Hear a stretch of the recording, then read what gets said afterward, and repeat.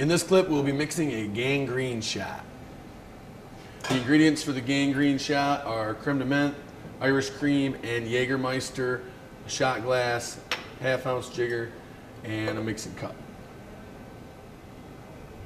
To mix the Gangrene Shot, we'll start by adding some ice to our mixing cup. We're going to use 1/3 of a shot of creme de menthe, 1/3 of a shot of Irish cream, and 1/3 of a shot of Jägermeister.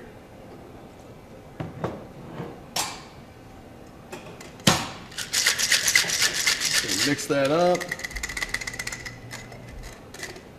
and strain into a shot glass.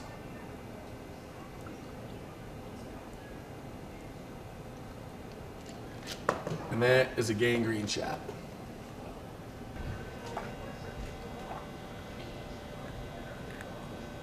Oh, man. I'm going to need a shot for that.